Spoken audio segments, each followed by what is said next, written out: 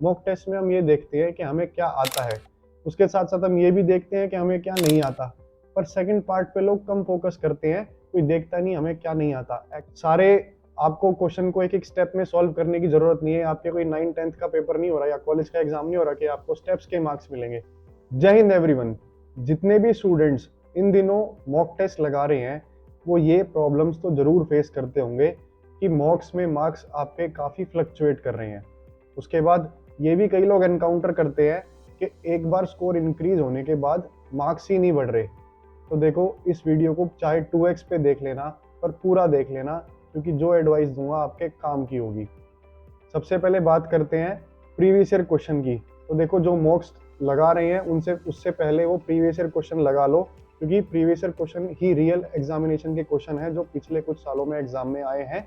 तो सबसे पहले शुरुआत प्रीवियस ईयर क्वेश्चन से करो, उससे आपको अपना रियल लेवल पता चल जाएगा। उसके बाद आप मॉक्स पे उतरो। इसके बाद बात करते हैं मॉक टेस्ट में आपके मार्क्स फ्लक्चुएट क्यों करते हैं। तो देखो, जैसे पेपर अगर इजी आ जाए तो ऑब्वियसली मार्क्स ज़्यादा आएंगे, पेपर अगर डिफिकल्ट आ गया तो ऑब्वियसली मार्क्स कम हो जाएंगे। तो डिफिकल्ट पेपर बनाने के एग्जामिनर के माइंड में दो इंटेंशंस होती हैं। सबसे पहले इंटेंशन ये कि वो चेक बच्चों को दिखाना चाहता है कि बच्चों के पता चल जाए कि अगर पेपर डिफिकल्ट आया तो आपको कैसे अटेम्प्ट करना है। उसके बाद उसके माइंड में ये भी होता है कि वो जो भी अपना कोर्स है वो बेचना चाहता है। ऑब्वियसली अगर वो पेपर डिफिकल्ट नहीं बनाएगा तो बच्चे को ये रियलाइज़ नहीं होगा कि उसे और पढ़ने की ज़रूरत है, और जैसे ही वो रियलाइज़ होगा तो उसी टीचर का वो जनरली कोर्स भी खरीद लेगा। तो ये दो जनरली प्रोबेबिलिटी होती हैं, इस वजह से वो एग्जामिनेशन जो मॉक टेस्ट वाले हैं वो पेपर थोड़ा सा डिफिकल्ट सेट करते हैं। तो आप दोनों चीज़ों को इग्नोर किया करो। मेन चीज़ क्या मायने रखती है कि आपकी परसेंटाइल कितनी है। जब भी आप मॉक्स को एनालाइज कर रहे हो तो साइड में एक सेक्शन होता है अपनी परसेंटाइल चेक करने का। तो अपनी परसेंटाइल देखा करो। अगर आप टॉप नॉच परफॉर्मर्स में हो, that means you are going on a right track. तो percentile at the end matter करती है। टॉप के कुछ हजार बच्चे ही एग्जाम क्वालिफाई करते हैं, तो अगर आप मॉक्स में भी अपने टॉप रैंकिंग लेके आ रहे हो, that means you are on a right track. चाहे पेपर डिफिकल्ट आए चाहे पेपर आसान आए, टॉप के लोग ही एग्जाम क्वालिफाई करेंगे। इसके बाद बात करते हैं कि कौन कौन से रीजंस हैं जिस वजह से एग्जामिनेशन में हमारा स्कोर एक बार इंप्रूव होने के बाद रुक जाता है। तो इसका सबसे पहला रीज़न है कि हम पेपर को एक बार में सॉल्व नहीं करते। इसका मतलब कि कई बार क्या होता है, हम ऑनलाइन जब मॉक दे रहे होते हैं तो ऊपर पॉज का बटन होता है, हम उसको पॉज कर देते हैं, या फिर ऑफलाइन में क्या होता है, हम टाइमर लगाते हैं, हम उसको रोक देते हैं, और बीच में कभी पानी पीने, कभी किसी दोस्त का फ़ोन आ जाए या कोई घर का काम हो, वो सब करने उठ जाते हैं और फिर बाद में दोबारा अटैम्प्ट करते हैं। इससे क्या होता है, फ्लो ब्रेक होता है। फ्लो ब्रेक होने की वजह से जो हम ऑप्टिमम लेवल पे एक बार में पेपर परफॉर्म करते हैं, उस लेवल का परफॉर्म ब्रेक करने के बाद नहीं कर पाते। तो आप इस चीज़ से बचें। जब भी आप मॉक लगा रहे हो, एक ही टाइम में लगाओ, एक ही बार में लगाओ, एक ही फ्लो में लगाओ, डेफिनेटली आपका स्कोर इंप्रूव होगा। उसके बाद बात करें तो हम क्या गलती करते हैं कि हम टाइम को सीरियसली नहीं लेते।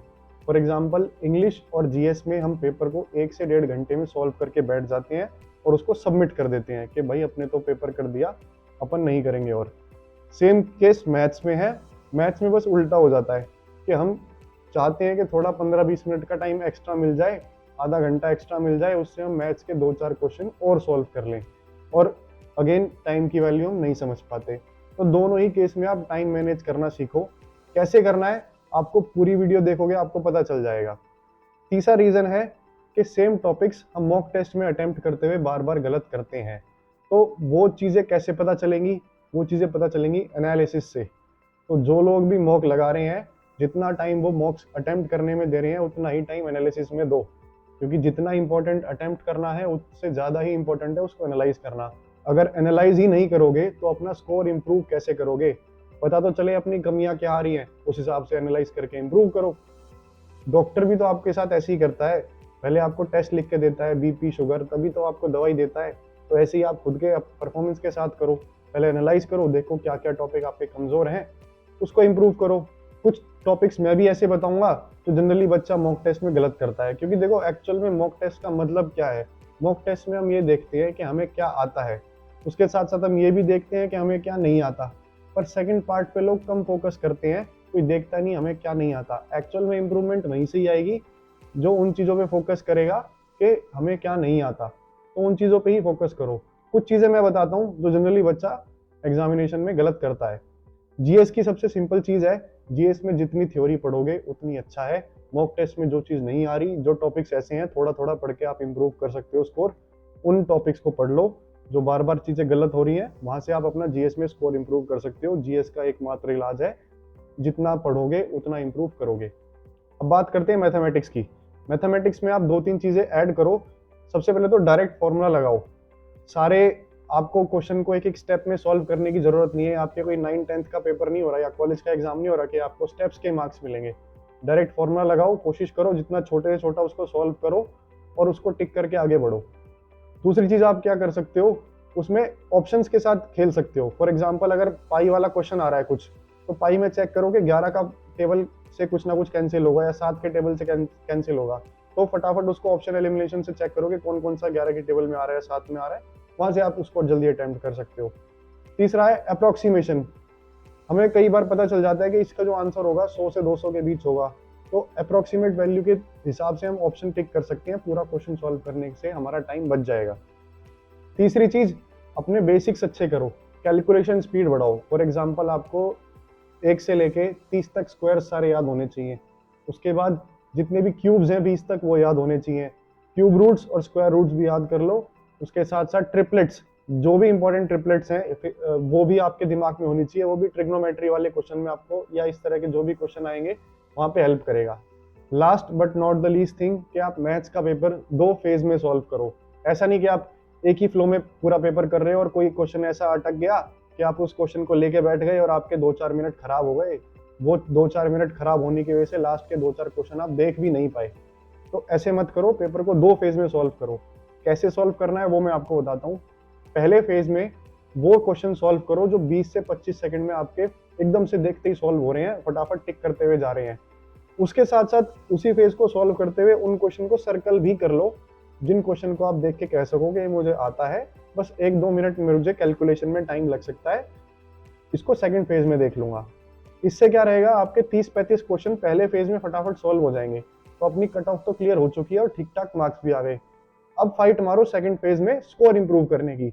उन क्वेश्चंस पे जाओ जो आपने सर्कल कर रखे हैं और उनको इंप्रूव करो। वहां से आप 50, 55, 60 जितने क्वेश्चन अटेम्प्ट कर सकते हो करो। अपना सेफ स्कोर 30+ तो आप क्लियर कर चुके हो, अब आप कोशिश करो ऊपर बढ़ने की। तो इस तरीके से मैथ्स का पेपर 2 फेज में किया करो, इससे डेफिनेटली आपका स्कोर इंप्रूव होगा। अब बात करते हैं देखो इंग्लिश की। पिछली वीडियो में मैंने कहा था कि जितने भी प्रीवियस ईयर क्वेश्चंस एग्जामिनेशन में आए आखिरी कुछ सालों में, उनके सिनोनिम्स एंटोनिम्स के क्वेश्चंस, उनके ऑप्शंस, सबके मीनिंग पढ़ लेना। अगर ये भी नहीं हो रहा तो इसमें आप सबसे पहले शुरुआत किस चीज से करो, ईडियम एंड फ्रेजेस से। क्योंकि ईडियम एंड फ्रेजेस के ऑप्शंस नहीं होते, वो डायरेक्ट एक एक चीज होती है और ये चीजें जल्दी याद हो जाती हैं। तो इनको पहले कर लो। अगर टाइम बच रहा है तो आप अपने वोकैबुलरी के बाकी सिनोनिम एंटोनिम भी देख लेना। लेकिन ईडियम फ्रेज ऐसा है, वेटेज बराबर ही रखता है लेकिन जल्दी याद होता है और लॉजिक से भी हम उसको कई बार सॉल्व कर पाते हैं। तो ईडियम फ्रेज थोड़ा सा पहले पढ़ लो, बाकी वोकैबुलरी बाद में कर लेना स्कोर इंप्रूव करने के लिए। उसके बाद बात करूं फ्रेजल वर्ब और फिक्स प्रीपोजिशन। देखो ये पूरे इंग्लिश का सबसे ज्यादा इंपॉर्टेंट टॉपिक है। मैं गारंटी ले रहा हूँ 40 to 50% पूरा इंग्लिश का जो पेपर आता है आपके 120 क्वेश्चन में से, वो फ्रेजल वर्ब और फिक्स प्रीपोजिशन से ही आता है। इनफैक्ट फिक्स प्रीपोजिशन से ज्यादा आता है। ये कहाँ पे आता है, एक तो क्लोज टेस्ट में आता है, ग्रामर में आता है और फिल इन द ब्लैंक्स। इस तरह के जितने भी टॉपिक्स है सब में फिक्स प्रीपोजिशन का यूज होता ही होता है। तो ये वाले रूल्स अच्छी तरह याद कर लो, जैसे नॉट ओनली बट ऑल्सो, ये सारी फिक्स प्रीपोजिशन है, ये सब आपको पता होनी चाहिए। आपका 30-40% पेपर आराम से सॉल्व हो जाएगा। अब बात करते हैं क्लोज टेस्ट की।